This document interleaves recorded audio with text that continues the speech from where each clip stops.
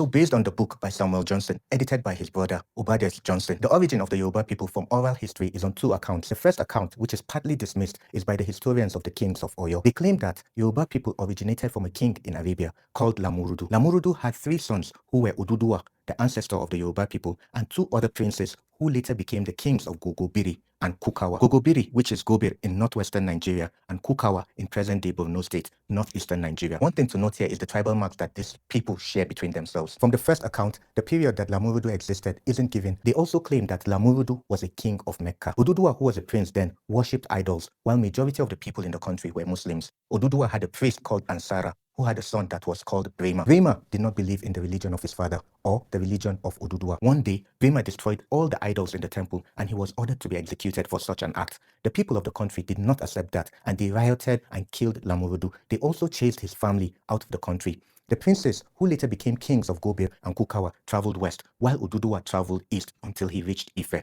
The problem about this account was that it did not have any corroborating evidence with historical records of Mecca. The second origin account was narrated by Muhammad Bello, the first Sultan of Sokoto, when Captain Clapperton visited him. It was also captured in Sultan Muhammad Bello's book, Infaqul Masru'il. He said what they know about the origin of Yoruba people is that they originated from the children of Canaan, Banu Canaan, from the tribe of Nimrod in present-day Iraq. He said, based on what was narrated, the ancestors of Yoruba people were driven out of the region by Yarub ibn Katan. Let me mention that name again so that you may hear it very well.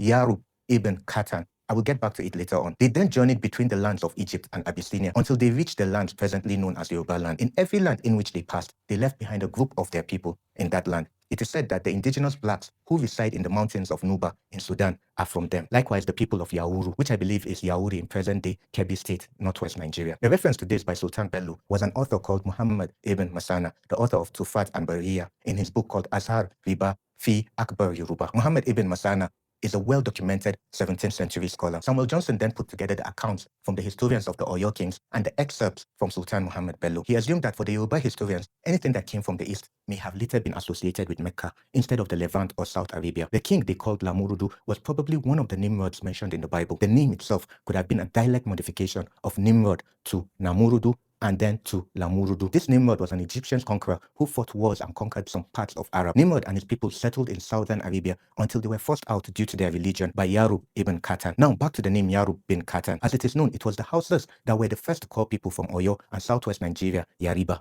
Hausas are known to name people or things from events or individuals. It may not be a coincidence that the Hausas called the people from Oyo and southwest Nigeria Yariba from the Arabian ruler Yarub ibn Katan. Yarub and Yariba are too similar. Yarub bin Katan is a legendary Arabian figure that the people from South Arabia claim to be their ancestor. Bye guys.